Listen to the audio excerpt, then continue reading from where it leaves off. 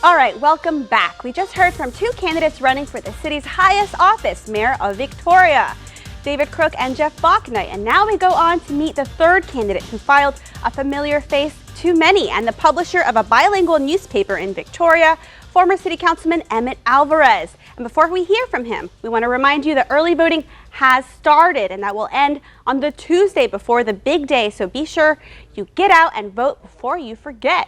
And now, Emett, talk to us about what motivated you to run for mayor.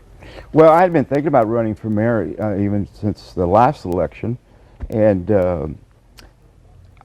after visiting with some of those candidates in a crowded field at that time, I agreed with our former mayor and his vision and what he wanted to do as mayor, and thought he had a very good chance of winning that election, and decided to take a back seat and support him.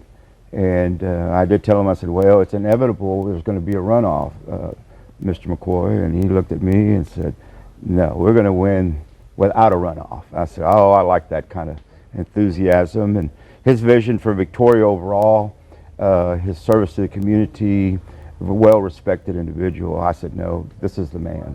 And unfortunately, we had the loss of him, I guess, in March when he passed away. And I thought for sure they would just allow the Mayor Pro Tem to fill out the remainder of his term, which ends next year in May. Right, but it's contrary to the city charter. Right. So going back to the city charter, they had to call a special election to fill the unexpired term. And of course, I had been struggling myself last year and early this year with some illness. And at the point when he passed away, I'm like, well, I wonder what they're going to do, but I'm sure the Mayor Pro Tem will serve. And then the council came back and announced that they were going to call a special election. Fortunately, I started feeling better. And then at one point, I decided that I was feeling a lot better. The medication was working. And visiting with some friends and my family about maybe running this time, even though I filed, at the last minute because I gave it all the time I needed to think about it. I said, I'm going to file, we're going to run. I think I'm prepared to be mayor. I've got the experience, the leadership, been on city council, served on numerous boards in Victoria and elsewhere, education. And what issues are you most passionate about? My passion, has always been to protect the taxpayer, the tax rate, our spending, to be very mindful of our spending, and to always take into account the burden that we put on the taxpayer through our tax rate, and also very sensitive about our property appraisal values. That's very, very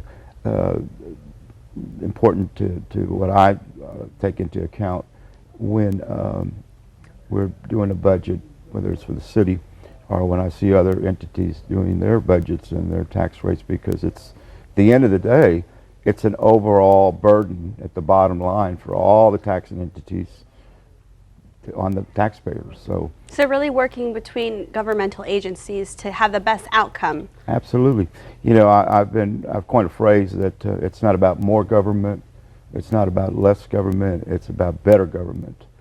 And in particular, that it meets or exceeds our expectations as citizens and taxpayers. So that's kind of my mantra that I'm focusing now, that we can put into a soundbite, nowadays.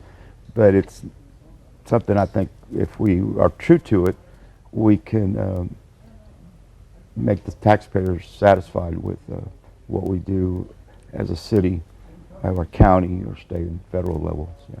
Well, thank you so much, Emett. And don't go anywhere. We'll be right back with a candidate running for District 3 in City Council. We'll be right back.